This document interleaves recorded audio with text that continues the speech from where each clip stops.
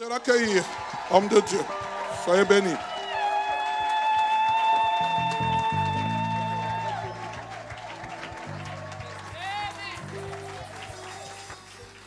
Alléluia. Restez debout avec moi, le temps pour moi de prier. Mais avant de prier, ces cantiques montaient dans mon cœur quand j'étais assis. Seigneur Jésus, je t'aime. Je me donne tout à toi. Fais tomber les écailles de mes yeux, que je puisse te voir tel que tu es. Et j'aime encore quand celle qui chante dit, ramène-moi aux choses simples qui me montrent ta grandeur. Le ciel et la terre suffisent pour décrire ta grandeur. Ouvrez mes yeux.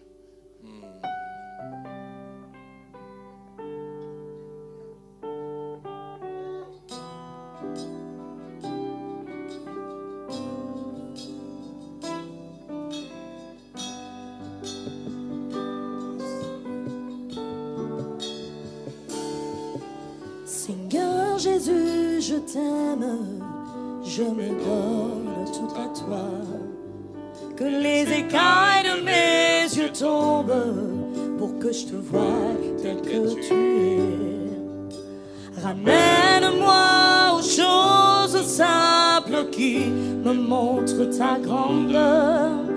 Les cieux, la terre suffisent pour décrire toute ta splendeur.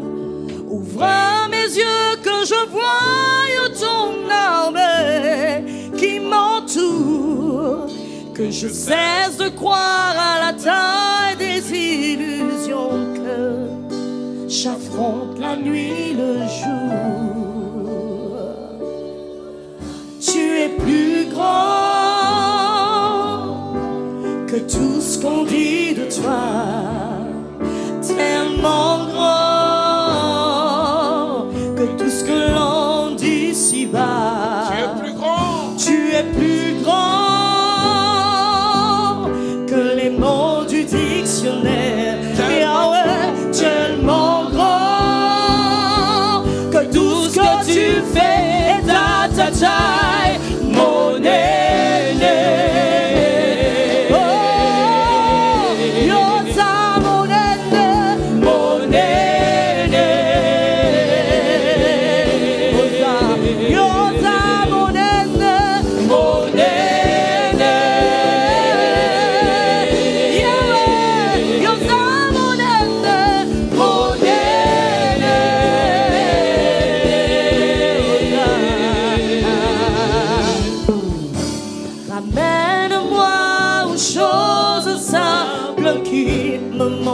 Ta grandeur, les cieux, la terre suffisent pour décrire toute ta splendeur. Ouvre mes yeux que je voie ton armée qui m'entoure, que je cesse de croire à la taille des illusions, que j'affronte la nuit, le jour. Tu es plus grand que tout ce qu'on dit de toi.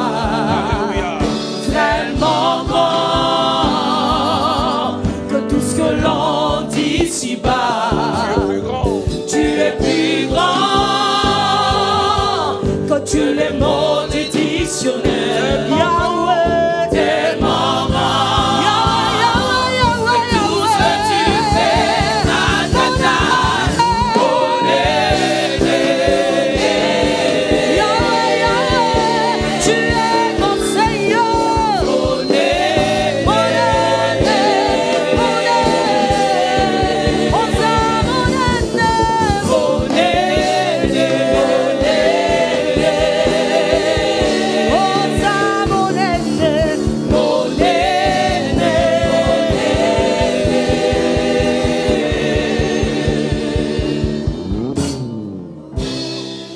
Ce soir, plus que jamais,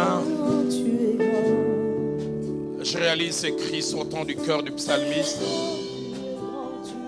Il dit, notre Dieu est grand, mais sa grandeur nous échappe. Comment puis-je mesurer ta grandeur? Comment puis-je la comprendre? Comment puis-je l'appréhender dans sa totalité. Je veux simplement la reconnaître, la célébrer, mais mieux que cela, te célébrer toi le Dieu grand.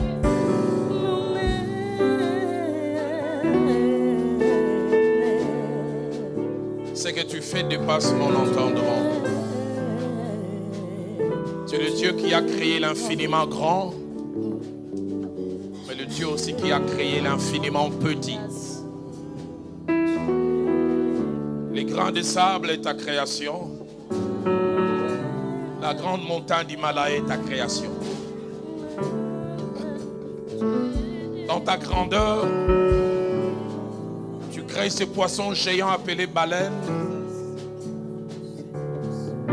Tu donnes des poumons, un cœur, et tu donnes aussi des tubes digestifs.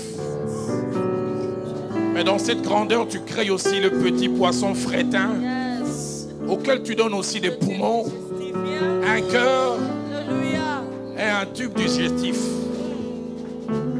Le Dieu grand, grand, grand. C'est toi qui as placé les planètes et tu leur as donné les distances voulues.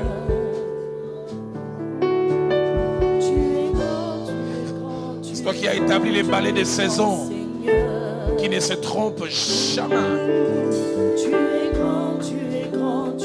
Le Dieu grand, le Dieu grand, le Dieu grand.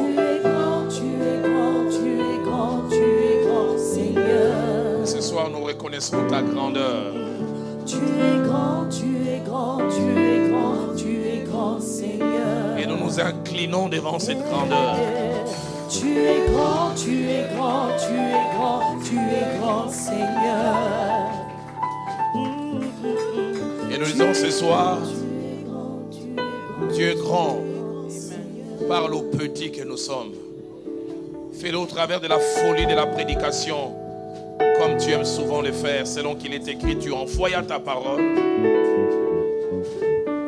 et ta parole est guérie, mais aussi les épargnant de tomber dans quelques fosses.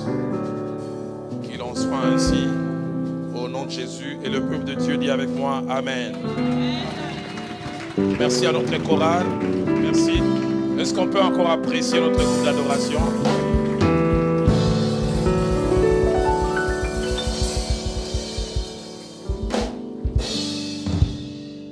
Salutations à vous qui nous suivez en présentiel et vous qui nous suivez aussi virtuellement. Comme je le disais hier, avec les années, j'ai appris des fois l'auditoire virtuel et des fois en plus grande quantité que ceux qui sont en présentiel. Donc nous vous saluons aussi. Bénissons le Seigneur qui rend ces moments possibles. Je le disais hier, je ne peux m'empêcher de le répéter. Dans le milliers de prédicateurs, Dieu, il a plu à Dieu de placer dans le cœur de son serviteur et sa servante notre nom pour que nous soyons orateurs lors de ces assises. Et nous disons merci à Dieu. Mais aussi merci au pasteur Hugues et merci à son épouse. Merci du fond de mon cœur. Est-ce que nous apprécions cet homme et cette femme? Que Dieu vous bénisse. Alors j'ai un bouquet de passages que je nous propose en introduction. Nous allons les lire. Et puis je donnerai les sous-thèmes que Dieu a placés dans mon cœur ce soir. La première portion des Écritures que nous lisons, c'est dans le premier livre de Samuel, au chapitre 18. Et nous lisons en 3 temps, du verset 6 au verset 9. Et nous sautons, nous lisons le verset 15. Et puis le verset 29e. Verset 6 à 9. Comme il revenait lors du retour de David, après qu'il eut tué les Philistins, les femmes sortirent de toutes les villes d'Israël au devant du roi Saül, en chantant et en dansant au son des tambourins et des triangles et en poussant des cris de joie. Les femmes qui chantaient se répondaient les unes aux autres et disaient, Saül a frappé ses 1000 et David ses 10 000. Saül fut très irrité et cela lui déplut. Il dit, on en donne 10 000 à David et c'est à moi qu'il en donne les 1000. Et il ne lui manque plus que la royauté. Et Saül regarda David d'un mauvais œil à partir de ce jour. Et dans la suite, verset 15. Saül, voyant qu'il réussissait toujours, avait peur de lui. Et puis verset 29. Saul craignait de plus en plus David et il fut toute sa vie son ennemi. La seconde portion que nous lisons, c'est le livre de Nombres au chapitre 11, disons du verset 26 au verset 29. Nombre 11, 26 à 29. Il y eut deux hommes, l'un appelé Eldad et l'autre Médad, qui étaient restés dans les camps et sur lesquels l'esprit reposa, car ils étaient parmi les inscrits, quoiqu'ils ne soient point allés à la tente. Ils prophétisaient dans les camps. Un jeune homme courut l'annoncer à Moïse et dit, Eldad et Médad prophétisent dans les camps. Et Josué, fils de Nun, serviteur de Moïse depuis sa jeunesse, prit la parole et dit, Moïse, mon Seigneur, empêchez-les. Moïse lui répondit, es-tu jaloux pour moi? Puisse tout le peuple de l'Éternel être composé des prophètes, et veuille l'Éternel mettre son esprit sur eux. Nous lisons aussi Évangile de Luc au chapitre 22, versets 24 à 26.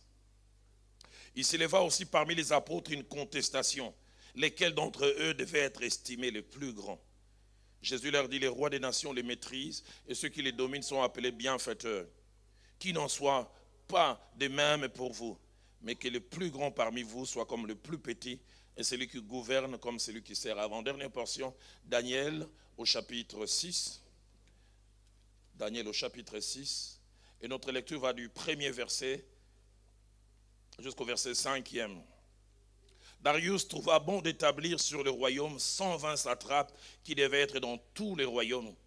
Il mit à leur tête 3 chefs au nombre desquels était Daniel, afin que ces satrapes leur rendent compte et que le roi ne souffre aucun dommage. Daniel surpassait les chefs et les satrapes parce qu'il y avait en lui un esprit supérieur et le roi pensait à l'établir sur tous les royaumes. Alors les chefs et les satrapes cherchèrent une occasion d'accuser Daniel en ce qui concerne les affaires du royaume. Mais ils ne purent trouver aucune occasion ni aucune chose à répondre parce qu'il était fidèle et qu'on n'apercevait chez lui ni faute ni rien de mauvais. Et ces hommes dirent, nous ne trouverons aucune occasion contre ce Daniel, à moins que nous n'en trouvions une dans la loi de son Dieu. Et puis enfin, nous terminons avec l'Évangile de Jean au chapitre 3. Et là, nous lisons en deux temps du verset 26 au verset 27. Et puis nous terminons avec le verset 31. Ils vinrent trouver Jean et lui dirent, Rabbi, celui qui était avec toi au-delà du Jourdain et à qui tu as rendu témoignage, voici il baptise et tous vont à lui. Jean répondit, un homme ne peut recevoir que ce qui lui a été donné du ciel. Puis verset 31.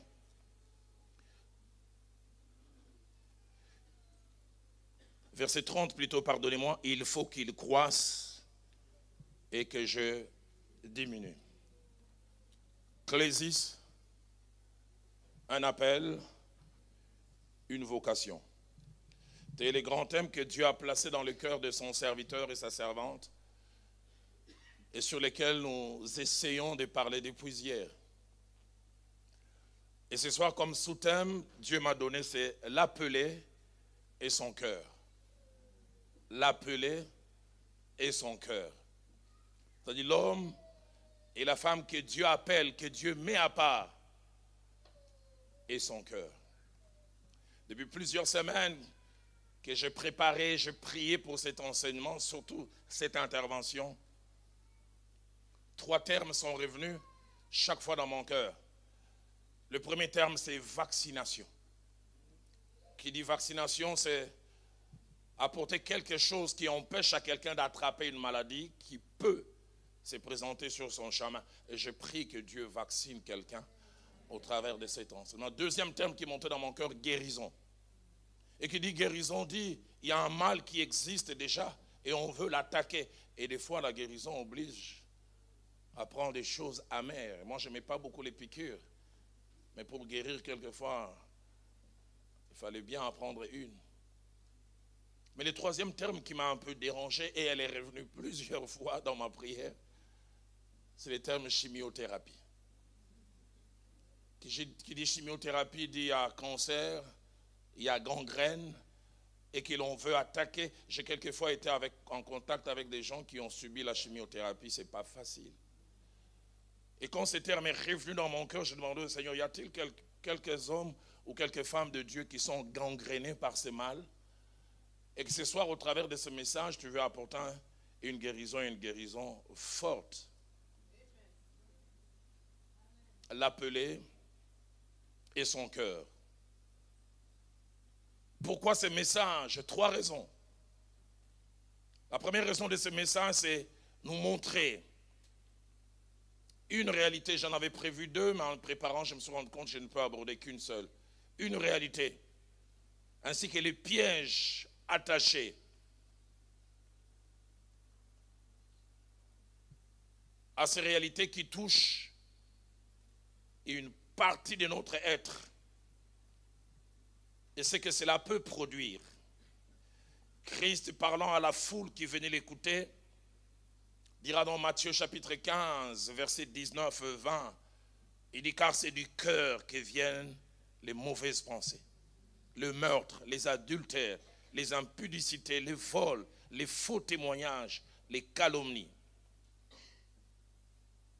Et au verset 20, il va plus loin. Il dit: voici les choses qui suivent l'homme. C'est ces choses, quand ça rentre dans un cœur, ça suit. Ça place des taches dans un cœur. Ça corrompt la pureté. Ça altère la qualité de vie. Pourquoi un tel enseignement? Deuxième raison, c'est nous montrer que notre cœur, le centre de nos sentiments, les centres de nos émotions et les centres de notre personnalité est et sera toujours un champ de bataille. Un champ de bataille où plusieurs volontés voudrions régner et dominer. Premièrement, la volonté de Dieu au travers du Saint-Esprit. Et deuxièmement, la volonté de l'homme. Et là, je ne vais pas de l'homme non régénéré. Et troisièmement, la volonté du diable. Cet ennemi qui aime dominer sur nous et nous influencer. Dans Actes des Apôtres, chapitre 5, au verset 3, l'apôtre Pierre parlant à cet homme et cette femme qui sûrement, d'après les étudiants de la parole de Dieu, étaient des hommes, un couple bien, mais ils ont eu un mauvais comportement, dicté par ce qui a eu accès à leur cœur. Ils ont menti sur le produit de la vente de leur terrain et ils ont présenté un autre chiffre que les chiffres réels. Et quand Pierre est devant eux, écoutez ce que Pierre dit: Ananias, pourquoi Satan a-t-il rempli ton cœur au point que tu montes au Saint-Esprit? La version français courant utilise un terme encore plus fort. Pourquoi Satan a-t-il pu s'emparer? C'est comme une conquête. Troisième raison de cet enseignement, c'est nous montrer l'importance de cette partie de notre être avec qui a la capacité d'influencer notre futur et les cours de notre vie et même la longévité de notre ministère. Étrange, les sages qui a beaucoup réfléchi, qui a observé, parce que c'est ça l'Ecclésiaste, il a vu des choses, il a tiré les conclusions. Quand il écrit Proverbe 4, verset 23, il nous donne une recommandation étrange. Il dit: garde ton cœur plus que toute autre chose. Il veut dire: tu peux perdre un œil, tu peux perdre une jambe, mais ton cœur ne le perd. Garde ton cœur plus que toute autre chose.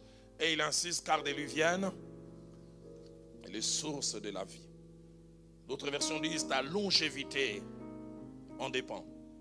Et en tant qu'appelé, nous en avons longuement parlé l'avant-midi, des personnes mises à part par Dieu, notre cœur est à protéger. À protéger.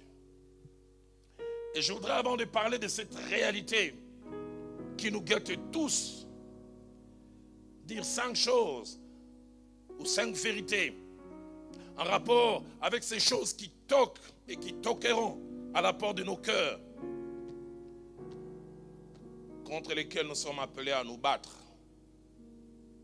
La première des choses que je voudrais dire, cette chose que je vais déjà mentionner ce soir, aucun d'entre nous n'est totalement vacciné, exempt ou à l'abri des attaques de cette chose.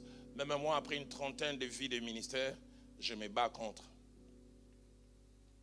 Deuxième vérité que je voudrais mentionner, c'est que les combats contre cette chose que je vais mentionner est un combat constant, permanent.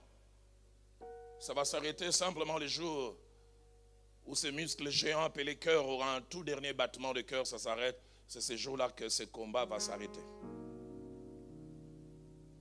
Troisième vérité que je voudrais dire, c'est que plusieurs choses rendent capable la bonne gestion et la bonne attitude face à cette chose que je vais mentionner. Premièrement, la grâce de Dieu. Il arrive que nous soyons victorieux de cette chose. Il y en avait plusieurs, mais ce soir je vais mentionner une seule, c'est la grâce de Dieu. Des fois on ne fait pas d'efforts, on n'arrive pas à comprendre comment Dieu me rend capable de ne pas ressentir ce que les autres ressentent. Deuxièmement, c'est la soumission à Dieu par une vie dominée par l'esprit. Où le vieil homme est non seulement totalement mort, mais on ne lui laisse plus la place pour s'exprimer. Selon que Galates chapitre 5 au verset 16 dit, marchez selon l'esprit et vous n'accomplirez pas les désirs de la chair. Troisième chose qui nous rend capables de vaincre ces choses, c'est la connaissance des mauvaises conséquences attachées à ce que cette chose et d'autres que je mentionnerai plus tard si Dieu me permet de revenir peuvent causer dans notre vie. Ma prière et le vœu de mon cœur est que Dieu nous aide. Quatrième vérité que je voudrais dire, c'est qu'une femme ou un homme qui veut durer dans l'accomplissement de son appel doit avoir cette double conscience. La première conscience, c'est cette conscience parallèle à Proverbe 7, verset 26, attachée aux dégâts causés par ce mal que je vais mentionner ce soir. Dans cette portion des Écritures que j'ai mentionnée, il est parlé du jeune homme dit plutôt stupide, qui s'est laissé accrocher par cette femme prostituée. Et finalement, alors que cette femme l'a invité pour un moment entre guillemets de plaisir, une flèche a traversé sa poitrine et il a fini mort. Et écoutez ce que la Bible dit de cette femme dans Proverbe chapitre 7 verset 26.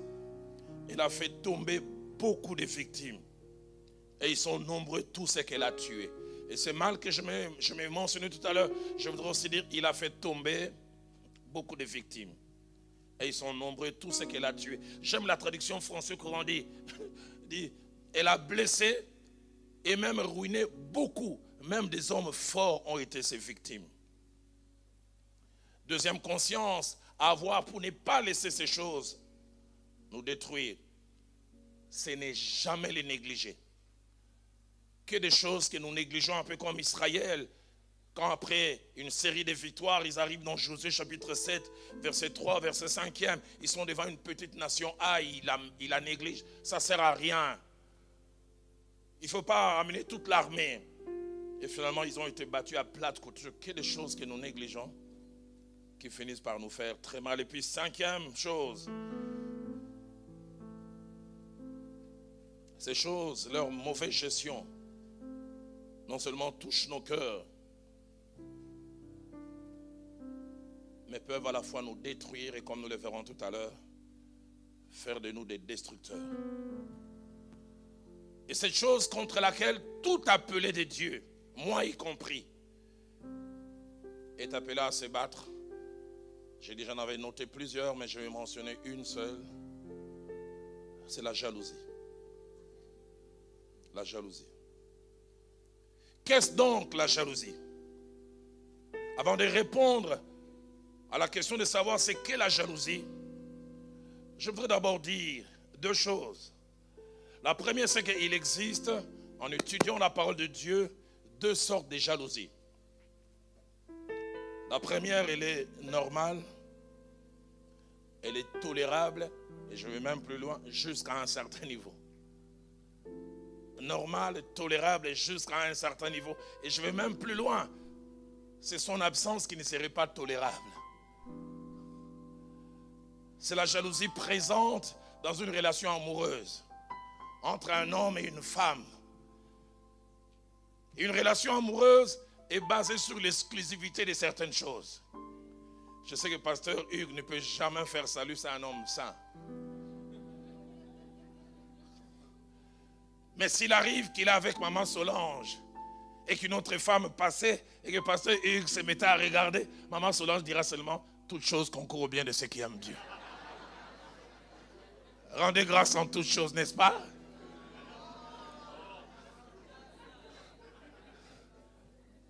Elle va dire: qu'est-ce que tu regardes? Parce que ce genre de regard, c'est mon exclusivité.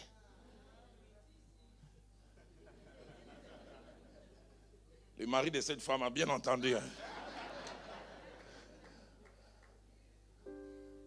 C'est pour ça que je dis ça, c'est une jalousie normale. J'étais avec un couple, on roulait, le mari était au volant, la femme à droite. Et 2 fois, le mari s'est retourné. La femme lui a demandé: qu'est-ce que tu regardes? Et je regarde les créatures de Dieu. Et la femme lui a dit: mais il y a aussi une créature à côté ici. Jalousie normale. Mais deuxièmement, il y a une jalousie anormale, nocive, mauvaise. Non seulement à cause de sa présence, mais à cause non seulement de ce qu'elle fait, et nous le verrons tout à l'heure, de ce qu'elle nous fait faire. Deuxième chose que je voudrais dire en introduction, et ça va étonner plusieurs. Sur 100% des fois où la jalousie est mentionnée dans la Bible, étonnant, c'est attaché à Dieu. Même Dieu est jaloux. 100% des fois, 94%, 94%, la jalousie est attachée à Dieu. Exode chapitre 20, au verset 5, quand il est en train de donner la loi au peuple, il leur demande de ne point se prosterner devant les idoles. Tu ne te prosterneras point devant les idoles, tu ne les serviras point. Et écoutez ce que lui-même dit: car moi, l'Éternel, ton Dieu, je suis un Dieu jaloux. Il assume ça. Exode chapitre 34, verset 14. Il va plus loin lorsqu'il dit au peuple: tu ne te prosterneras point devant les autres dieux, car non seulement l'Éternel porte les noms des jaloux, il assume cela. Je porte les noms de jaloux. Aide-moi à dire à ton voisin: je ne savais pas que Dieu avait aussi les noms des jaloux.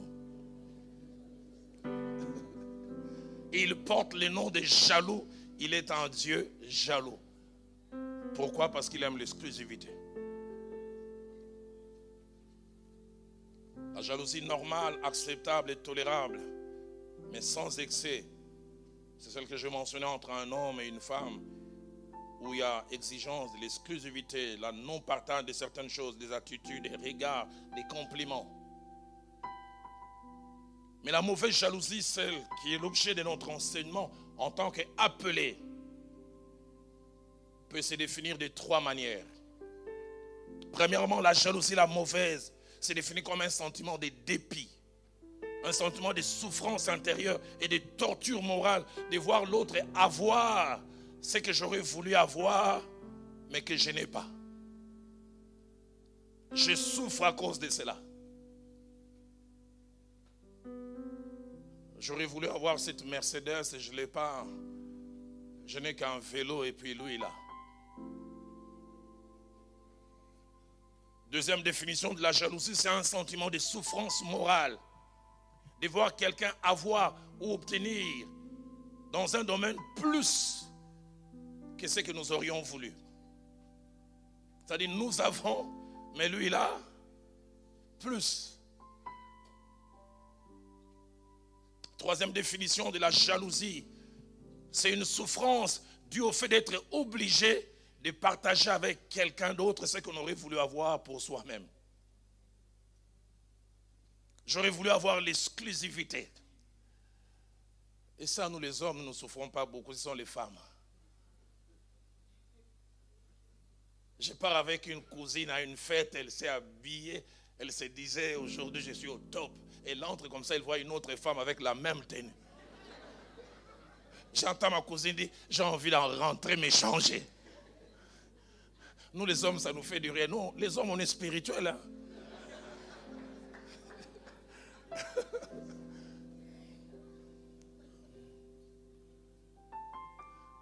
Partager quelque chose qu'on aurait voulu avoir pour soi-même. Et là déjà, il y a 3 choses que je voudrais faire ressortir. Il y a jalousie. Premièrement, lorsque l'autre a ce que j'aurais voulu avoir, mais que je n'ai pas, c'est-à-dire il y a manque. Deuxièmement, il y a jalousie quand l'autre a aussi ce que j'aurais voulu avoir, c'est-à-dire obligation de partager. On fait des compliments, tu es content, mais on fait aussi à l'autre. Troisièmement, il y a jalousie lorsque l'autre a plus que nous. C'est-à-dire nous savons, mais l'autre est mieux apprécié. Dieu a placé dans mon cœur de faire mention ce soir de 8 vérités attachées à la jalousie. Et je terminerai par une conclusion. Et nous passerons à un moment de prière. La première vérité attachée à la jalousie, c'est que la jalousie a été à la base du premier meurtre de l'humanité.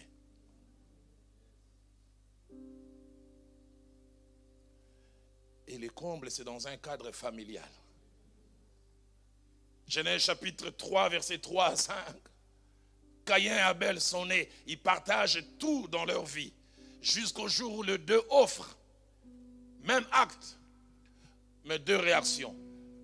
La vie de l'Éternel porta un regard favorable sur Abel et sur son offrande. Mais la Bible dit l'Éternel ne porta pas un regard favorable sur Caïn et sur son offrande. Je ne sais pas qu'est-ce qui est écrit dans vos Bibles. Caïn dit gloire au Seigneur.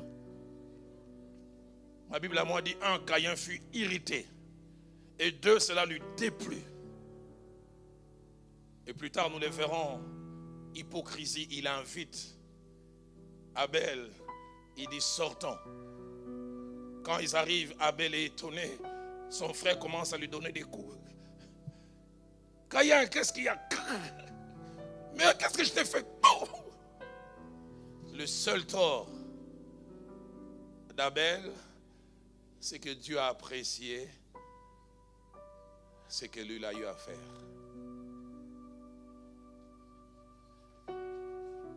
Deuxième vérité, la jalousie est une réalité présente partout où les gens vivent en groupe, où les gens sont appelés à partager des choses.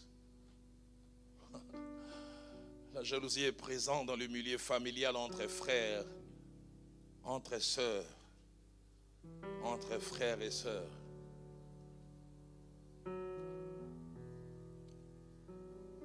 Livre de Genèse, du 1er jusqu'au 20e verset, nous parle de la jalousie dans la famille de Jacob. Les frères de Joseph sont jaloux de lui. Son seul tort, c'est que son père lui a donné une tunique de plusieurs couleurs qu'il n'avait pas demandé, mais qu'il aussi aurait voulu avoir. Jacob, toi aussi, tu aurais dû faire carrément 12 tuniques. Il pensait avoir affaire à des personnes spirituelles.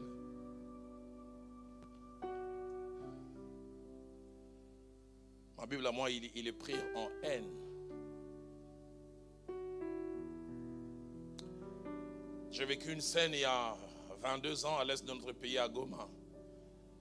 Et ce jour-là, je suis arrivé à une conclusion. Dieu merci que Dieu cache nos cœurs. Si nos cœurs étaient étalés, vous serez étonnés de savoir ce qu'il y a dans celle qui vous appelle ma copa copa.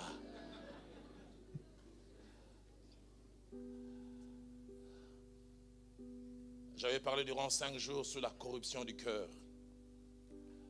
Et ce soir-là, je parlais de la jalousie. La main de Dieu était sur moi comme jamais. J'ai fini.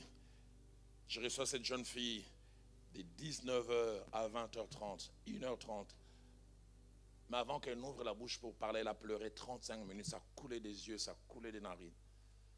Elle pleurait. Et quand elle a ouvert la bouche, il dit, pasteur, prie pour moi que ces monstres qui ont en moi sortent. J'ai dit, pourquoi? Nous sommes nés à 2, j'ai 22 ans, ma jeune soeur a 18 ans. On est complices comme jamais. Mais c'est que les gens ne savent pas, je suis jalouse d'elle. Il dit, chaque fois qu'un garçon s'intéresse à moi, tant qu'il n'a pas vu ma soeur, ça va. Dès qu'il voit ma soeur, il m'oublie. Il dit, dans le Seigneur, j'essaye de supporter. Mais quand nous étions dans le monde, j'ai perdu 5 copains. Un m'a même dit, quand je t'ai vu, je croyais que tu étais belle. Mais quand j'ai vu ta soeur, j'ai compris que toi, tu es au brillant, elle est au propre.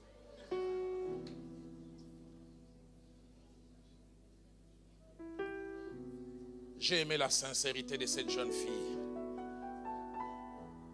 Et elle m'a dit une chose à la fin qui m'a brisé le cœur. Elle m'a dit, il y a 2 semaines, ma jeune sœur était malade, aux soins intensifs. Pasteur, tu sais quoi? Je souhaitais qu'elle meure.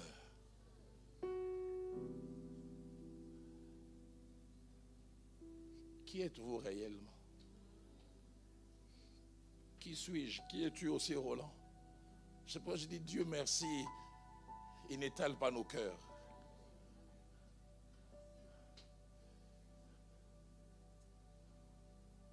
On s'est haï entre frères, jalousie. La jalousie est présente dans le milieu social, dans le milieu du travail. David vient de tuer Goliath. Il a non seulement sauvé la royauté du roi Saul, il a aussi sauvé toute une nation. Sans le courage de ce jeune homme, toute une nation serait asservie. On s'est réjoui en rentrant. Jusqu'à ce que David et Saul découvrent un chant que David n'a ni composé, ni recruté la chorale, ni fait la répartition des voix. Saül a tué ses 1000. Et là, ça allait encore. Quand il y avait seulement cette partie, Saül a dû bouger la tête. Mais quand il a entendu la deuxième partie, David a tué. Je ne sais pas, dans vos Bibles, il dit, Saül dit gloire au Seigneur. Cela lui déplut. 2, il fut aussi irrité. Et j'en parlais tout à l'heure. 3, il regarda David d'un mauvais œil. Quel est le tort de David? Est-ce qu'il a composé les chants? Est-ce qu'il a demandé aux gens de chanter? Quelqu'un a dit, si on avait chanté l'inverse, ça n'aurait pas fait un problème. Si on avait chanté, Saül a tué ses 10 000, David a tué ses 1000, il allait bouger la tête. En kino, il allait dire, Mokolo, c'est Mokolo. Un aîné reste un aîné.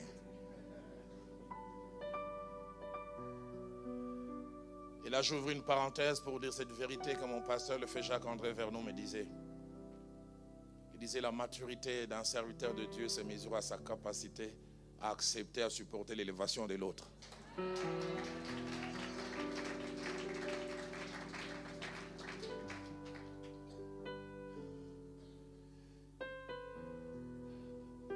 Présent dans le milieu familial, présent dans le milieu social, mais malheureusement, présente aussi à l'église. Présente même dans les sacerdoces.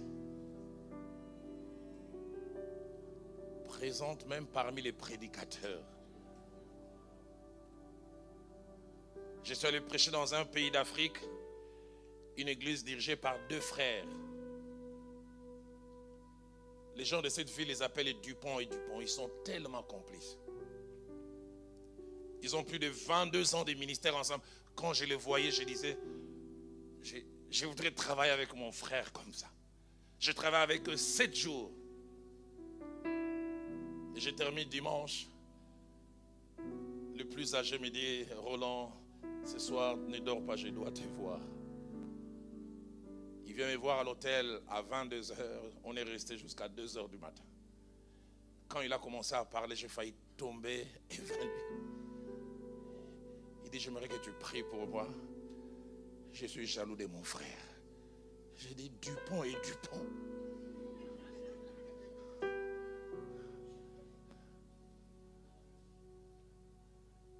Il dit, à l'église, quand il prêche, les gens ne louent que lui.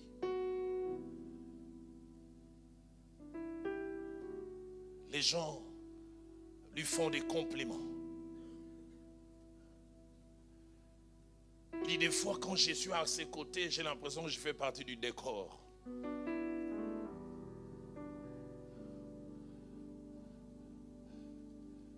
J'ai dit c'est depuis combien de temps? C'est depuis 4 ans. Je souffre. J'avais 2 sentiments. Déception de savoir que derrière cet homme apparemment consacré, il pouvait y avoir un tel sentiment. Mais content de voir son humilité qui pouvait l'amener à s'ouvrir. C'est pourquoi aidez-moi à poser la question à votre voisin. Qui êtes-vous réellement?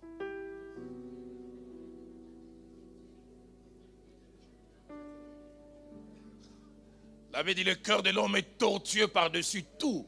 Qui peut le connaître?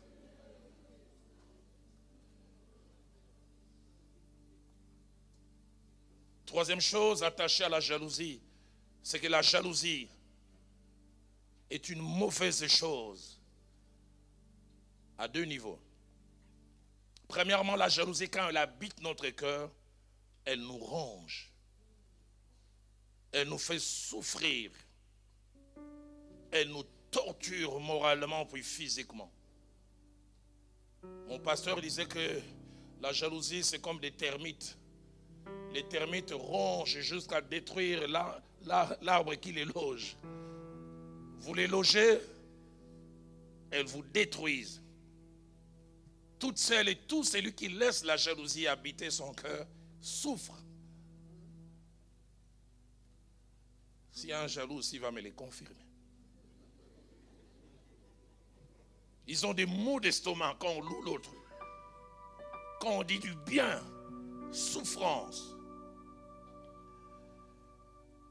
Mais deuxième chose qui rend la jalousie quelque chose de pas bien, non seulement elle nous détruit, mais la jalousie finit par faire de nous un destructeur.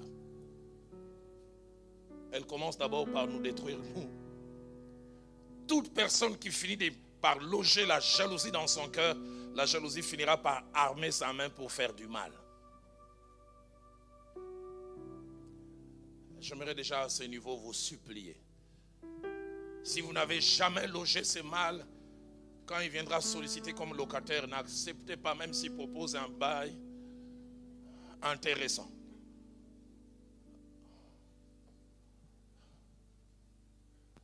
Genèse 4, verset 5, la partie B, et puis le verset 8, parle de 2 conséquences de la présence de la jalousie dans le cœur de Caïn. Dieu dit du bien d'Abel et de son offrande. Ma Bible m'a dit Caïn fut irrité et son visage fut abattu.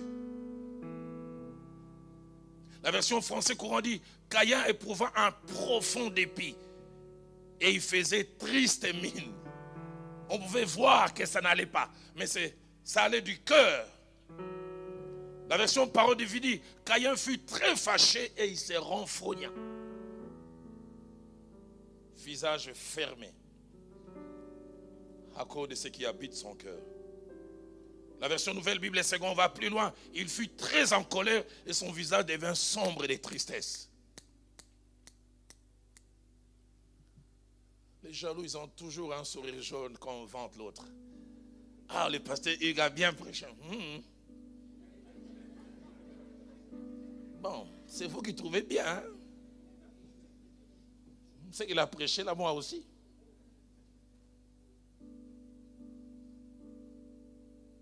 Le verset 8 ajoute concernant Caïn, il devient hypocrite comme la plupart des fois. La jalousie entraîne l'hypocrisie. Cependant, Caïn adressa la parole à son frère Abel et comme ils étaient dans les champs, Caïn se jeta sur son frère Abel et les tua. La version française courant est plus explicite. Il dit, cependant, Caïn dit à son frère, sortons. Abel croit avoir affaire à quelqu'un de sincère. Sortons, allez faire un tour dans les champs. Et pourtant, Caïn a déjà un plan. Je vais la tirer loin des parents et je vais faire disparaître celui qui m'empêche d'être reconnu. En Samuel 18 que nous avons lu, verset 6 à 9, verset 15 et puis verset 29, encore plus explicite, David est vanté. Le verset 8 dit, Saül fut très irrité et cela lui déplut. Lui déplut. La version française courant dit, il fut agacé et irrité par ses chants. C'est comme s'il voulait l'arrêter. Deuxième conséquence de sa jalousie, il commence à prêter à David des intentions qu'il n'a pas. Écoutez ce que la Bible dit. Non seulement qu'il fut irrité, cela lui déplut. Il dit on en donne 10 000 à David, c'est à moi que l'on donne 1000. Écoutez ce qu'il dit, il ne lui manque plus que la royauté. Il se sent menacé. À cette allure, il va me voler mon trône.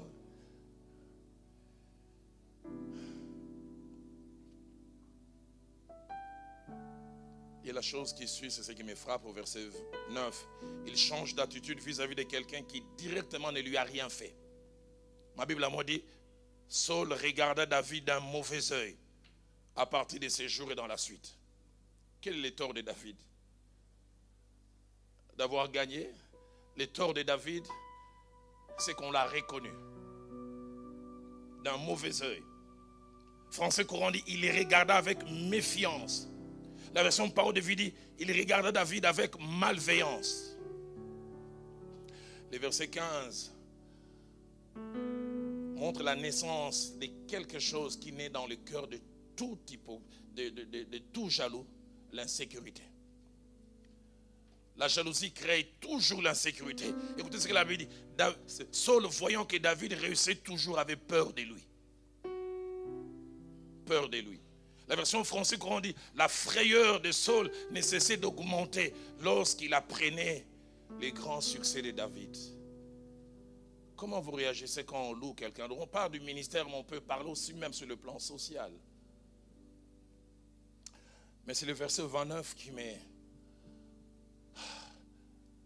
m'interpelle encore plus. Et pour nous montrer juste que ces sentiments négatifs peuvent nous entraîner.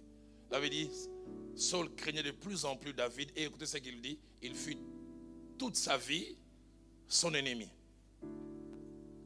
Un ennemi, c'est quelqu'un qui nous veut du mal. C'est quelqu'un qui est prêt à tout faire pour notre disparition. David devient l'ennemi de Saul. Il n'a rien fait du mal à Saul. Son seul tort, c'est d'être apprécié. Qu'il y ait des gens que nous haïssons gratuitement, mais profondément aussi. La version Les Sommeurs dit, sa crainte à l'égard de David redoubla. Et dès lors, sa haine envers lui devient définitive.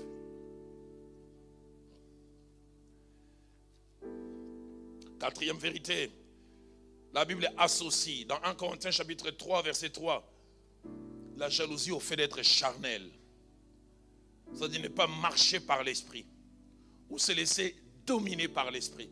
Un véritable enfant de Dieu qui marche selon la parole de Dieu et surtout selon l'esprit, la jalousie ne doit pas être nommée.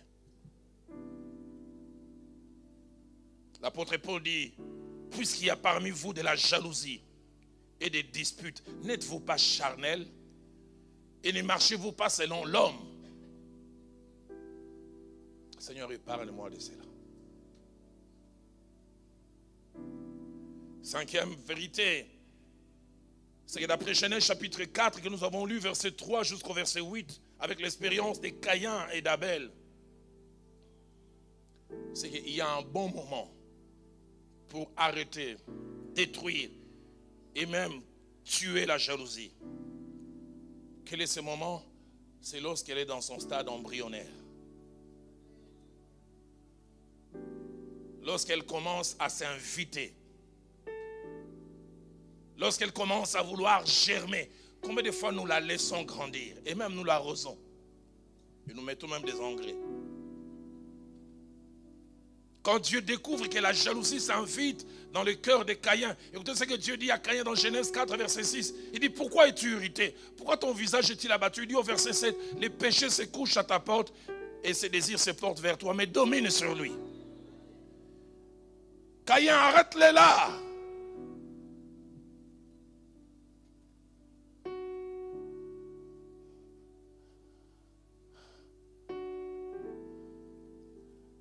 Philadelphie a commencé en 2008 au mois de février. Toute l'année 2008, j'ai apporté des messages à tous les séminaires. Il y en avait 5 l'année. 2009, même. Et fin 2009, chaque séminaire, il y avait entre 2500 et 3000 personnes. 2010, Le Seigneur me met à cœur de laisser le pasteur Atoms tenir un séminaire. Jamais oublier les thèmes retour au culte original. Quel séminaire? Je l'ai entendu prêcher. Je dis, ce jeune homme, il est né avec le fuite de la Bible ou quoi?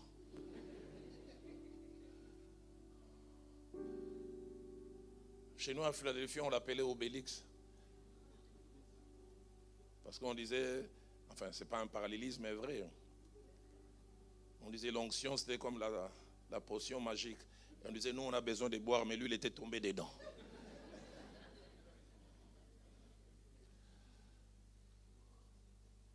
Je l'avais laissé à Kinshasa, j'étais chez mon ami Papa Cyril.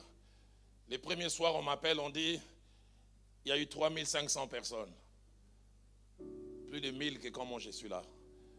Quelqu'un m'a appelé et dit, le petit n'était pas profond, il était profondissime.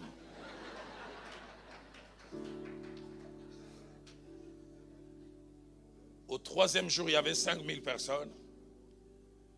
Et au 6e jour, quand on finit, il y avait 6000. 2 fois et demi plus que quand moi je suis là. Et j'oublie jamais, les vendredis soirs vers 22h, je reçois un mail écrit par un frère de l'église. Il dit, pasteur titulaire, là où tu augmentes l'entraînement.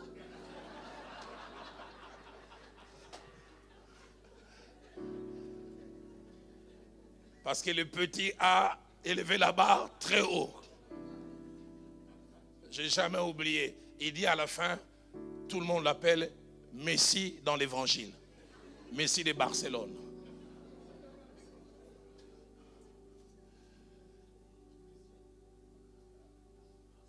Quand j'ai lu ça, ces jours-là, je me suis rendu compte que j'étais un, mais j'avais 2 êtres en moi.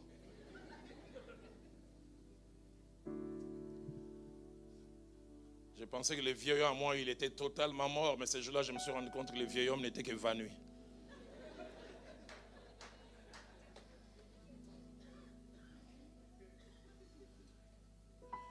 Et le vieil homme me disait, Roland, c'est la dernière fois que tu le laisses prêcher.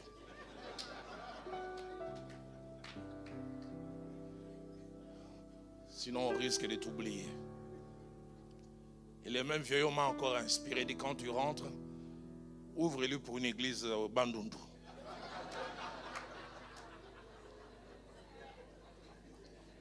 Et ça, c'est la stratégie, nous les pasteurs titulaires, quand on a un fils ou un adjoint qui commence à monter. Écoutez ce qu'on vient lui dire. Le Seigneur m'a mis à cœur de t'envoyer à Waterloo.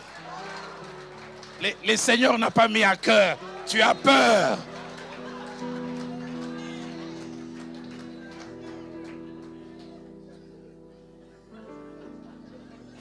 Frère, ces derniers temps, le Seigneur me met à cœur de t'envoyer à Arlon.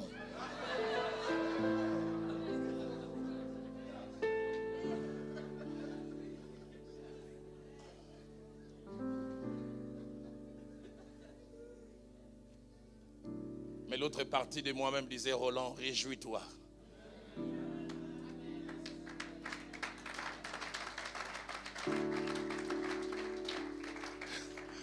J'oublie jamais comment j'ai répondu à ce jeune homme dans son mail.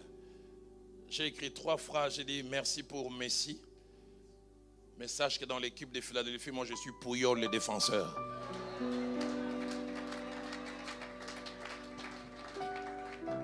J'ai dit tout le monde n'est pas appelé à dribbler. Il doit y avoir aussi des défenseurs.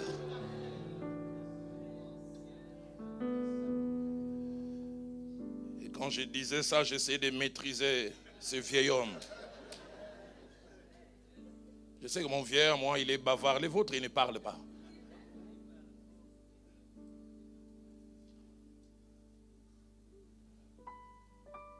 Et ces jours-là, loin, j'ai commencé à me sentir à danger. Est-ce qu'il faut laisser ce jeune homme? Je sais qu'il n'y a que moi qui ai ressenti ça. Les saints hommes qui sont ici ne ressentent pas ça. Surtout pas pasteur Matthieu. J'ai même tendance à dire, Saint Matthieu, prie pour nous pauvres pécheurs.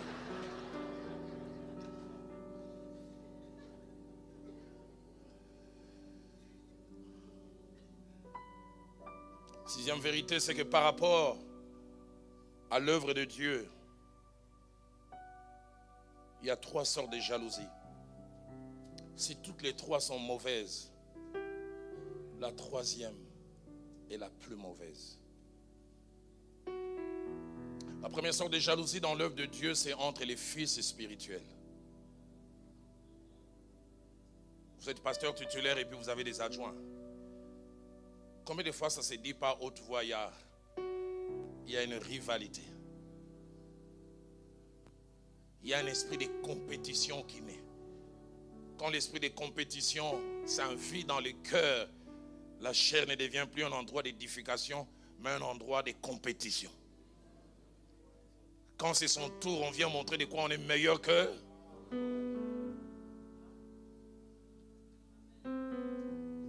Daniel chapitre 6, du 1er au 3e verset. Là, c'est une jalousie entre fils. Les rois n'ont rien, mais ce sont les satrapes. Et Daniel aussi était un satrape. Et les rois n'ont même pas publié. La Bible dit, les rois pensaient l'élever. C'est juste un projet. Et les gens veulent tuer les projets dans l'œuf. Ils apprennent simplement, il est possible que Daniel soit élevé plus que nous. On doit arrêter cela. Fils spirituel derrière un pasteur titulaire, est-ce que vous vous réjouissez? Quand vous avez prêché, il y avait silence comme si c'était dans un cimetière. Et l'autre, quand il a prêché, on disait, oh, prêche frère.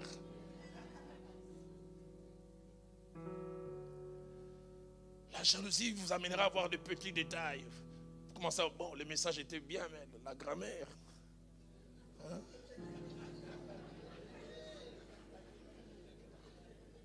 Les fonds étaient bien. Mais c'est un vrai quinoa. Hein? Tu as entendu comment il disait Jésus? Je suis cire. J'ai pris du sucre.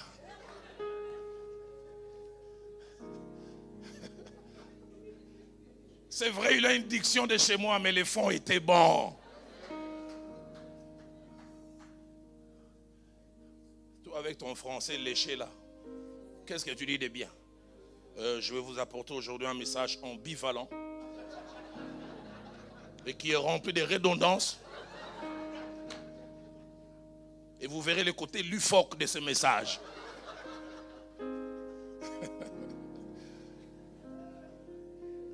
Très bon français, mais aucune édification.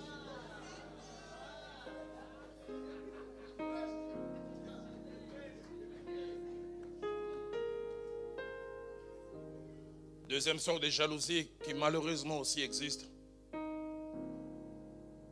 c'est la jalousie des fils vis-à-vis de leur père. Qu'il est triste de voir dans les ministères, les fils jalouser leur père.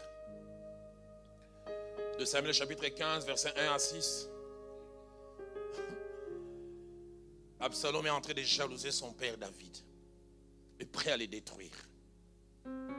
J'aime souvent parler de mes mauvaises expériences, de mes échecs. Pasteur Hugues, on est en 94. Je suis pasteur assistant de mon pasteur Feu Jacques André Vernon. Et j'avais à l'époque un salaire de $150. Et j'habitais pas très loin de là où habitait mon pasteur, le Feu Jacques André Vernon. Un soir, l'étude biblique finie. Il me prend à bord de sa voiture avec son épouse. On arrive à la place d'Ilfo. Pour ceux qui connaissent Kinshasa, il s'arrête. Le pasteur Vernon aimait beaucoup les fruits. Il dit à son épouse,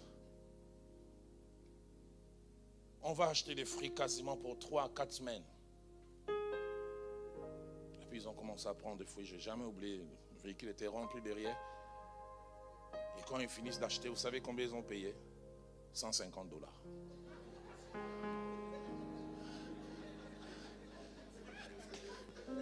Et j'étais là derrière, j'ai dit, mais les fruits des 3 semaines, ça c'est mon salaire.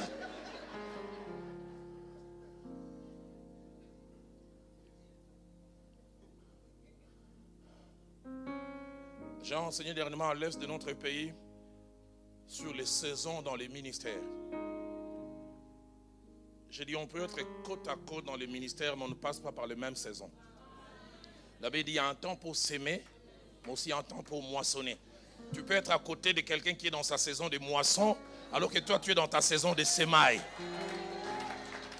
Et tu es en train de les jalouser. Il peut acheter aujourd'hui des fruits pour 150, mais si tu reviens il y a 20 ans, ce n'est pas ce qu'il faisait. C'est pourquoi j'aime dire aux pasteurs assistants quelquefois, attendez votre temps. Pourquoi on lui donne ce salaire-là?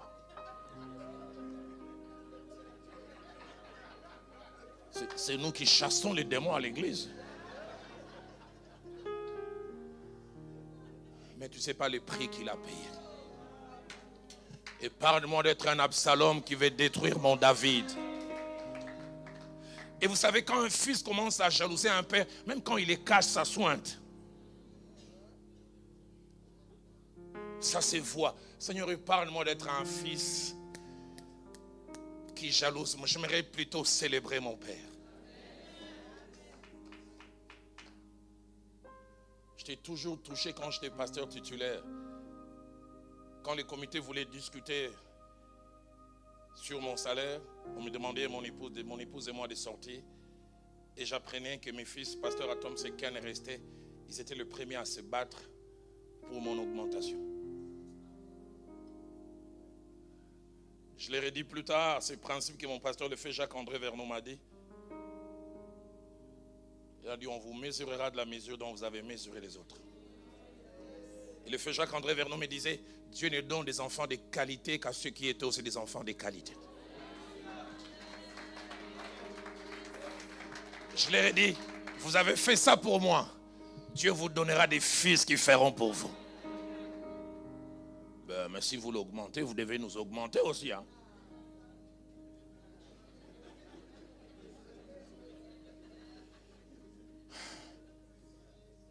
Troisième type et troisième sorte de jalousie. Et je préparais ça, je m'arrêtais, je dis Seigneur, parle-moi de cela. C'est quand un père devient jaloux de son fils.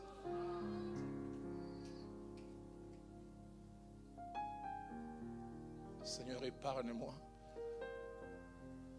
d'être un Saul qui commence à vouloir tuer David. Saul est le passé, David est la relève, mais à cause de la jalousie, Saul veut tuer la relève. Je veux qu'il y ait vide après moi parce qu'on les loue trop. Seigneur, parle-moi d'être un tueur des enfants. La spécialité de Saul commence à... Il prend des lances. Non pas blesser David, mais le tuer. S'il y a quelqu'un qui est pasteur titulaire, levez la main ici. Vous qui êtes voisins, dites-leur, ne tuez pas vos enfants.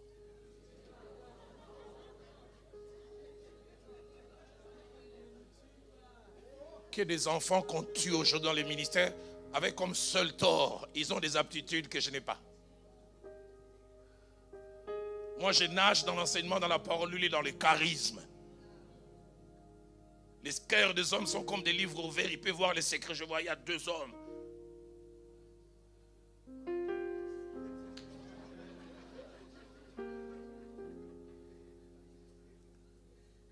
Je suis arrivé une fois en Afrique du Sud en 99. Un homme de Dieu avait des paroles, des connaissances. Je me disais, oh, nous on fait la radiologie, lui doit faire les IRM.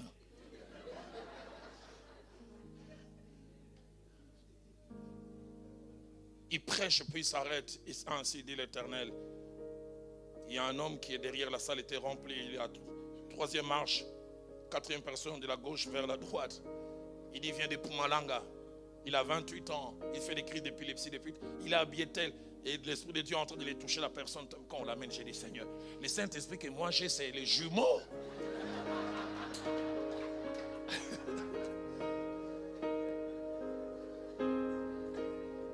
Mais vous savez, Dieu donne des fois à nos enfants ce que nous n'avons pas pour la complémentarité. Aide-moi à ne jamais me sentir en insécurité parce qu'un fils a ce que je n'ai pas. Il a ce qu'il a pour me compléter.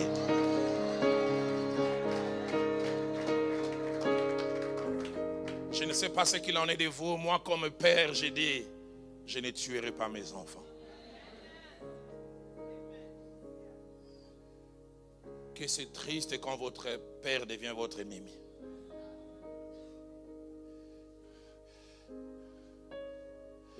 Et là où je suis le plus choqué, C'est dans 1 Samuel 20 au verset 31.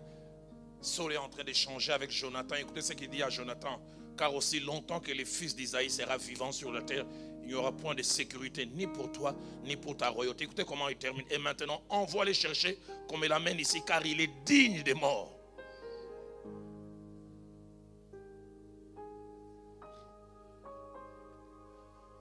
Mais je voudrais aussi ouvrir une parenthèse pour dire à un fils, quand tu as un père qui commence à vouloir te tuer, fais comme David, exerce ton coup, apprends simplement à esquiver les lances, mais ne fais jamais retour à l'envoyeur. Esquive simplement. Je suis en train de faire une étude sur David. Et chaque fois que j'avance, je m'arrête et je pleure. Saul est en train de vouloir tuer David. Et puis finalement, Saul est en train de dormir quelque part. David vient couper le pan de son vêtement. Et quand David est... Écoutez comment David l'appelle mon Seigneur. J'ai dit, David, toi tu es spirituel. Moi j'aurais appelé Saul autrement. Je l'aurais appelé ex-ouin. Et ma Bible a dit à moi, ma Bible à moi dit quand Saul commença à parler, David s'est prosterné. Respect encore. Comment on peut respecter quelqu'un qui humainement parlant ne le mérite plus? Et j'aime les propos qui sortent de la bouche de David. Il dit on me poussa à te tuer mais je ne pouvais pas le faire. Il dit car du méchant sort la méchanceté. Et il va plus loin et dit Dieu sera juge entre toi et moi. Saul est tellement épaté qu'il se met à bénir David. Il dit mon fils, que Dieu te bénisse. Qui peut rencontrer son ennemi et le laisser partir comme ça?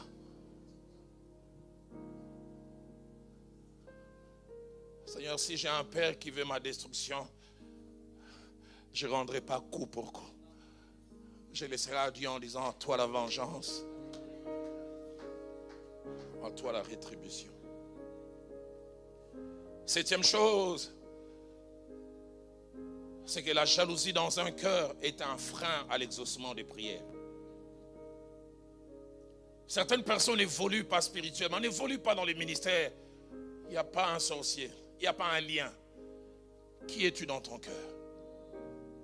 Jésus-Christ, enseignant, dirant dans Matthieu chapitre 5 au verset 8, il dit heureux ceux qui ont le cœur pur, car ils verront Dieu. C'est la pureté du cœur qui amène Dieu à se faire voir. Et là où il y a la jalousie, le cœur est souillé. La jalousie pousse des fois à faire des prières, plein d'ambition, mais ambition teintée de mauvaises choses. C'est pourquoi Jacques chapitre 4 verset 3 dit vous demandez, vous ne recevez pas. Parce que vous demandez mal dans le but de satisfaire vos passions. Seigneur, donne-moi dimanche prochain quand je vais prêcher que les morts ressuscitent, que les gens oublient mon pasteur titulaire. Dieu ne l'accordera pas.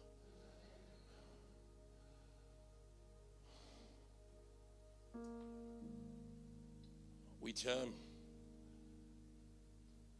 et dernière chose avant que je n'aille à la conclusion.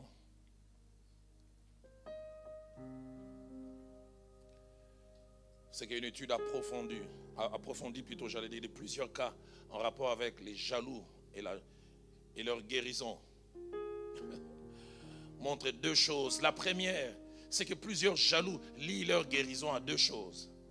La première, ils lient leur guérison à la perte par l'autre de ce qu'il a de spécial. La plupart des jaloux estiment qu'ils seront guéris quand celui qui a la chose spéciale ne l'aura plus.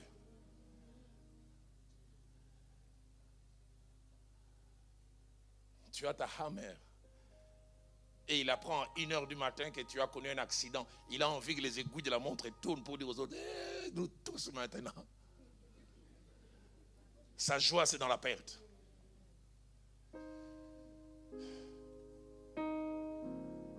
Mais deuxièmement, les jaloux estiment qu'ils seront guéris s'ils ont aussi ce que tu as. Tu peux bien identifier un jaloux. Tu es le seul à avoir la voiture Mercedes. Les jours où il a, c'est toi qui viendras visiter en premier. Avec un petit sourire, frère. Je viens te montrer le vélo que Dieu m'a donné. En fait, le message derrière, c'est tu pensais que tu étais le seul à l'avoir.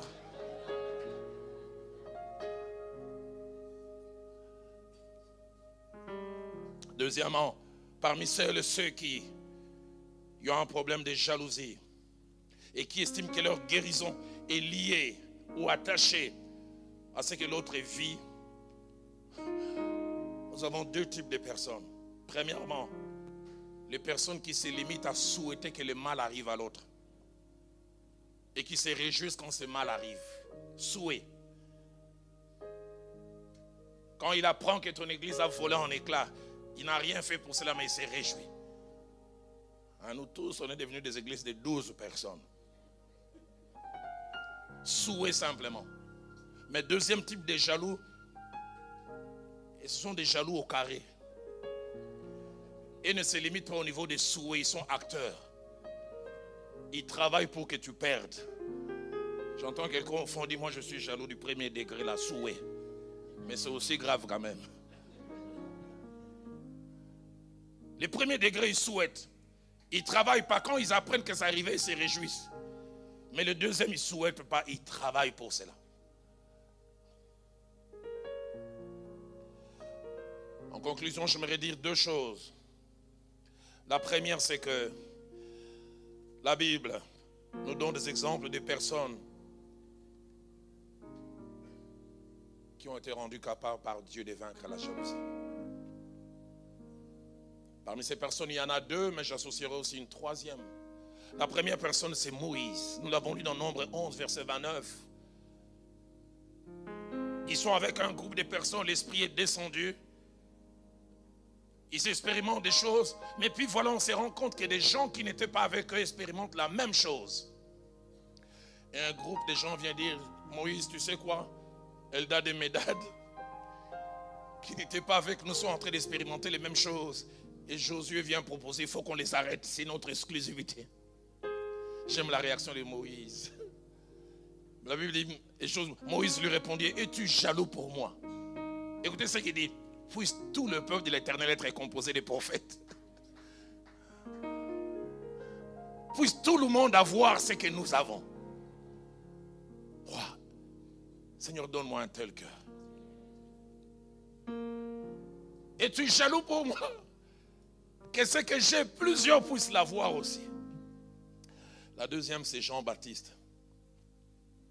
Jean chapitre 3, verset 27, puis verset 30. Vous savez que Jean-Baptiste a tiré des foules au désert. Et quand Christ arrive, il y a un vide tout autour de lui. Et un de ses assistants vient lui dire, Seigneur, tu sais celui que tu as baptisé là, tout le monde va à lui. Il commence à citer des noms. Tu sais, tel qui jouait, il va désormais là-bas. Tel qui est au protocole, je l'ai vu là-bas.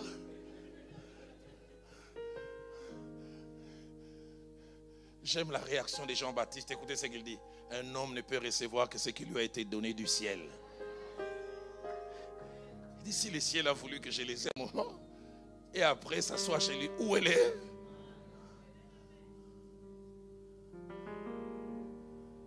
J'ai un pasteur qui m'a dit un jour, tu sais quoi? J'ai perdu le message. Parce que j'avais quelqu'un qui était conducteur de louange chez nous. Je payais pour lui qu'il a étudié à l'INA, Institut national des arts chez nous. Et puis ça fait 6 mois, il a disparu. J'ai demandé de ses nouvelles. Et puis je suis invité dans une église. Je devais prêcher. J'entre comme ça, je les vois en train de conduire. J'ai perdu l'onction.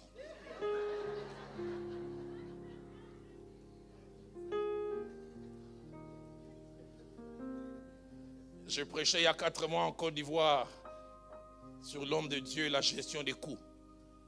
Si vous vivez longtemps dans le ministère, vous connaîtrez des trahisons, des abandons et des gens qui vous feront mal. Et Jean-Baptiste dit, un homme ne peut recevoir que ce qui lui a été donné du ciel. Mais il ne s'arrête pas là, il dit, il faut qu'il croisse et que je diminue. Où sont les gens qui ne souffrent pas quand l'autre? Troisième personne, c'est mon Seigneur et le vôtre. Il a fait une drôle de prière que très peu de pasteurs titulaires font. Dans Jean chapitre 14, verset 12, écoutez la prière qu'il fait. Il dit, ceux qui viendront après moi feront des œuvres autant que moi. Et ils ne s'arrêtent pas là, ils en feront de plus grandes. Pasteur titulaire, est-ce que vous souhaitez que vos fils fassent plus que vous?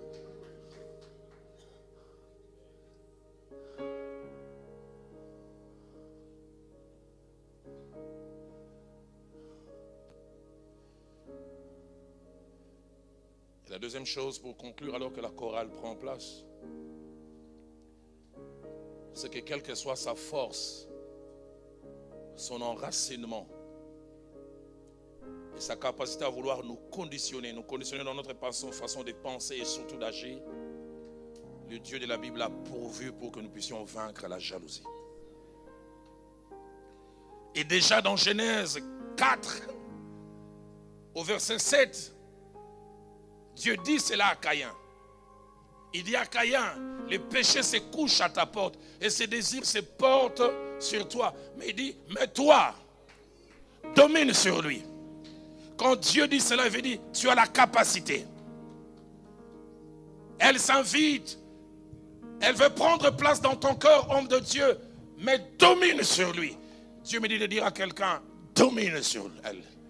Dieu me dit de crier à un homme, autre homme de Dieu, domine sur elle. La version français courant dit, il désire te dominer, mais c'est à toi d'en être le maître. La version nouvelle Bible seconde dit, mais toi, sois plus fort que lui. La version Les Semeurs dit, mais toi, maîtrise-les. Wow, la version Martin dit mieux. Il dit, tu as seigneurie sur lui. Pasteur Hugues, je me retrouve à l'est de notre pays, à Bukavu. Novembre 99. Je suis invité dans une église qui s'appelle Sinaï Temple. Je prêche de lundi à jeudi. Plus de 2000 personnes, Dieu se manifeste. Et je prêchais le soir de 17h à 18h30. Et le lendemain de 9h à midi, on me donnait la possibilité de recevoir les gens. On a commencé à m'appeler Roland, il est le pape de Bukavu. À cause de l'impact de la parole et des gens qui venaient. J'arrivais à 9h, je trouvais plus de 100 personnes qui attendaient pour être reçues par moi. Les jeudis, je finis de prêcher. Plutôt les vendredis matin, les jeudis, le pasteur me dit, il y a un vieux pasteur venu de Ouvira que j'ai connu il y a quelques années, laisse-le prêcher. Moi, je n'étais qu'un enseignant systématique, avec des points et des sous-points. Les vendredis là, le papa là de Bukavu va prêcher 20 minutes, pas en français. Il disait même qu'il ne connaît pas français. C'est les Swahili. Léo, Roya Mongo. Aujourd'hui, l'Esprit, il a commencé à prêcher. Quelle présence de Dieu. Et moi, j'avais l'impression que ma chaise bougeait. Je disais, Seigneur, que je ne tombe pas ici. Il a commencé à prier. J'ai vu des goitres disparaître. Il avait des charismes impossibles. Mais quand vous les regardez, c'était un homme informe et vide comme la terre au commencement. Il était un peu comme la description de Jésus dans Ésaïe 53. Il n'avait ni beauté, ni éclat pour attirer nos regards. Un homme quelconque mais puissant. Un jeune homme vient me dire à la fin, papa Roland, toi tu as les Français, lui il a l'onction.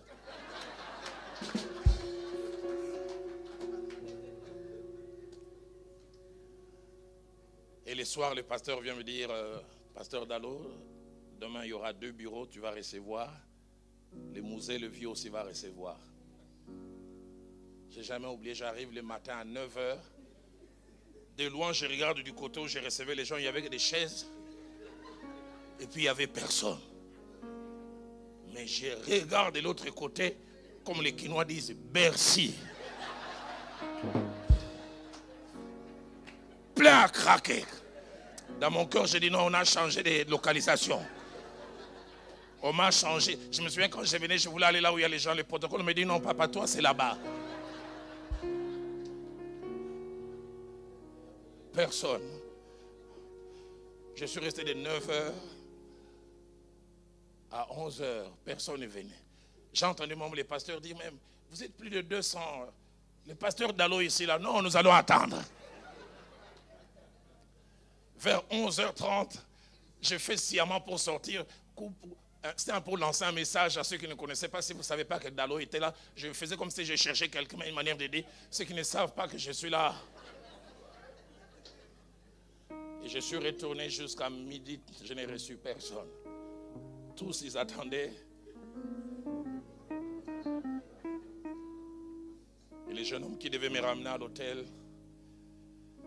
me prend avec le véhicule. Un silence, je pense, de 2 minutes. Puis il dit, Papa Dalo, tu as vu le vieux là qui est venu d'ouvrir? Il est terrible. Hein? Je me suis surpris en train de donner une réponse qui me donne honte. Pas digne de moi. Et qui chaque fois que j'y réponse me fait pleurer. Je revois encore comment j'ouvre la bouche et dis à ce jeune homme, il faut faire attention à ces gens qui viennent du village.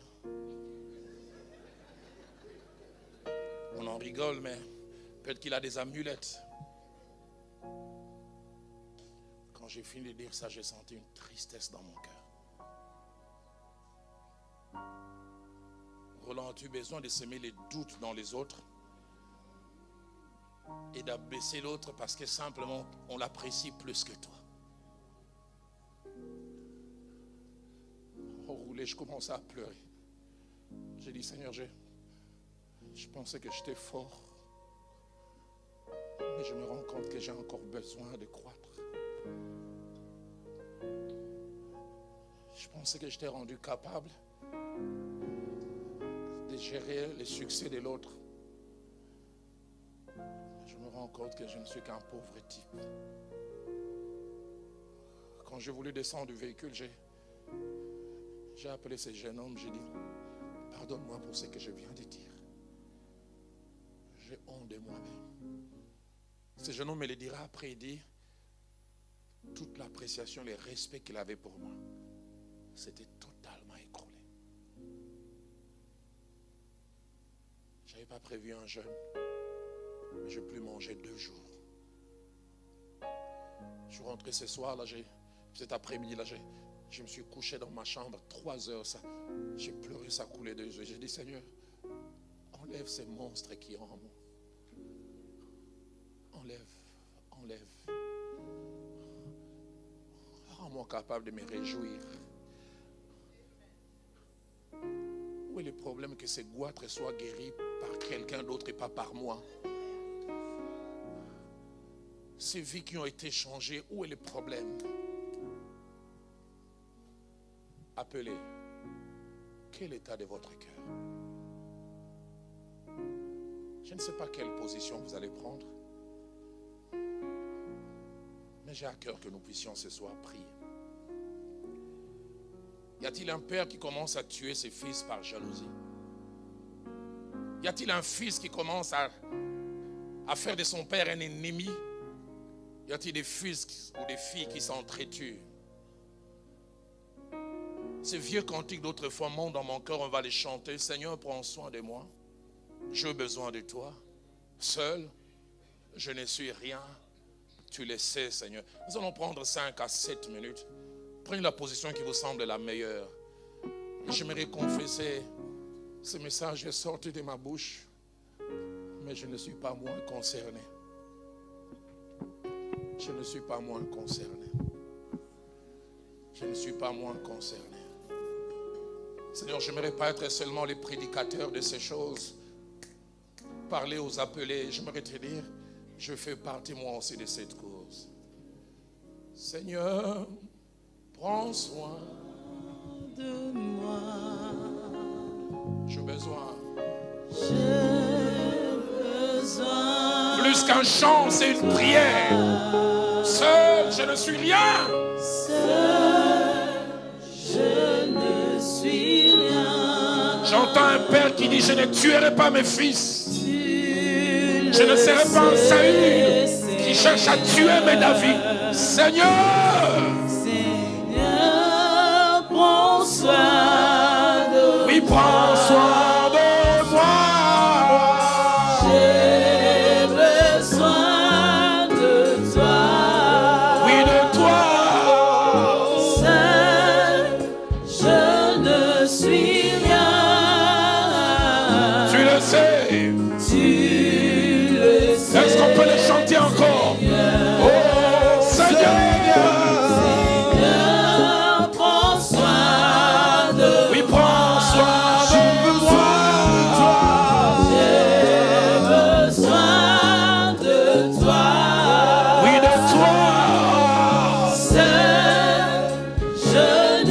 suis rien. Tu le sais. Disons-lui, comment pourrais-je vivre ton amour? Comment? Comment pourrais-je vivre ton amour? Comment? Comment pourrais-je vivre? Qui es-tu et qui suis-je? Seigneur, et qui suis-je? Garde-moi. Garde-moi, Seigneur. Oh Seigneur. Seigneur, prends soin de moi. Oui, prends soin de moi. J'ai besoin de toi. Oui, de toi. Seul, je ne suis rien. Tu le sais, Seigneur. Je le sens dans mon cœur. Les thèmes de notre message, c'est appeler cœur. Nous avons focalisé sur la jalousie, sur ces sentiments en rapport avec le ministère. Mais ça peut aussi être en famille. Ça peut aussi être présent dans le travail séculier. Ça peut aussi être présent dans nos rapports sociaux. Et ces trois termes que Dieu m'a donnés dès le départ reviennent encore. Vaccination, vaccination, vaccination, guérison, guérison, guérison, mais surtout chimiothérapie. Chimiothérapie. Seigneur, enlève cette gangrène. Seigneur, bombarde ces tissus cancéreux. Il y a ces cantiques qui montent dans mon cœur. Il est en lingala, Mabenaboy, qui simplement c'est le résumé des Romains 7. Quand l'apôtre Paul dit, les biens que je vais faire, j'arrive pas à les faire. Mais le mal que je ne vais pas faire, c'est ce que je fais. Il dit, quand je vais faire le bien, je trouve que le mal est attaché à moi. Mais il crie à la fin, misérable que je suis. Pauvre type que je suis. Solona kokite. Mabenaboy. Mabenaboy. Kosala. Yambonde na chali. Kosala. Olamu na lingi. Kosala. Solona kokite. Oh Yesu nangai. Oh Yesu. Yo jambe.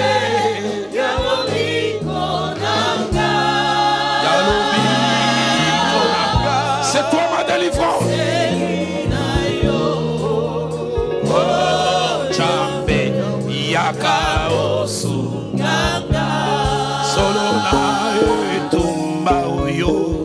Na etumba. Dans ces combats, je ne fais pas par moi-même. Ces combats contre la jalousie. Ces combats contre la jalousie. Il n'y a que toi qui peux me soutenir. Yaka osunganga. Solo na etumba oyo. Na etumba.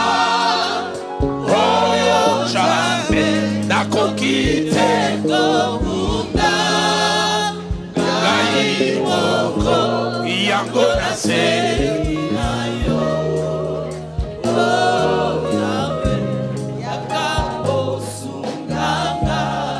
Poete Satana, poete Satana, oh jambe, habanga kamotote, masia, habanga kamobele, kombo yo, yangu ya.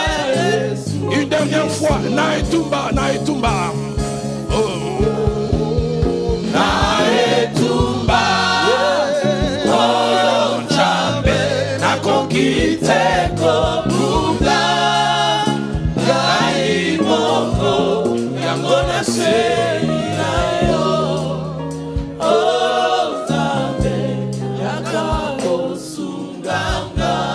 Alors que les instruments continuent à jouer, nous tous nous parlons à Dieu. J'entends quelqu'un dire, je ne logerai pas la jalousie dans mon cœur. Je ne la laisserai pas entrer. Je ne la laisserai pas entrer. Je ne la laisserai pas germer. Je ne la laisserai pas germer.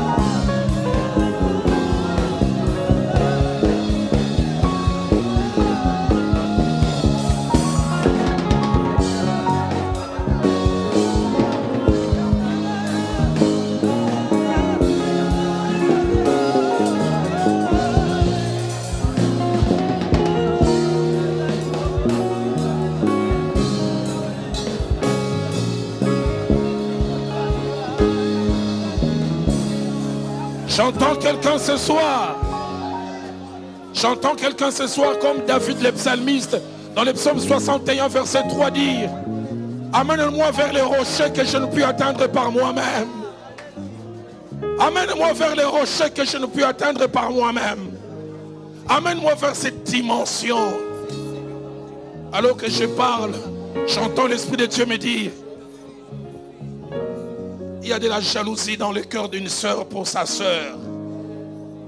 Cachée, loin des regards des gens, mais présente. Jalousie d'un frère vis-à-vis d'un autre frère. Jalousie au travail. Jalousie à l'église. Jalousie même dans le ministère. Zambe, Zambe. Ça veut dire simplement, Seigneur, garde tes enfants. Sokio. Si toi tu gardes, alors on peut être gardé. Oh, Yamatsambe.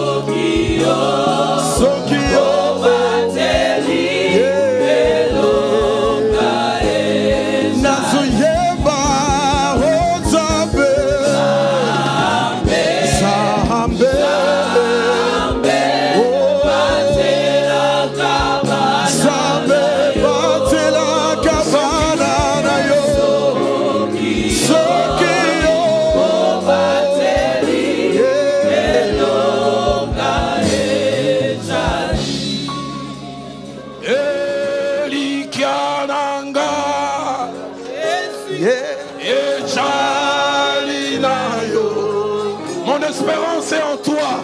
Mon espérance est en toi.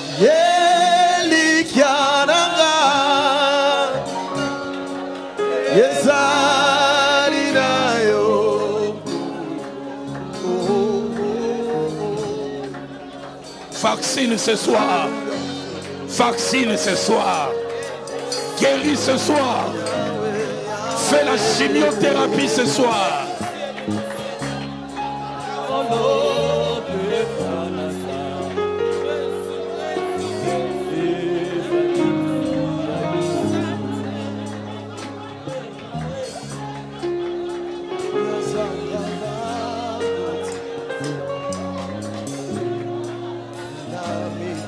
Sate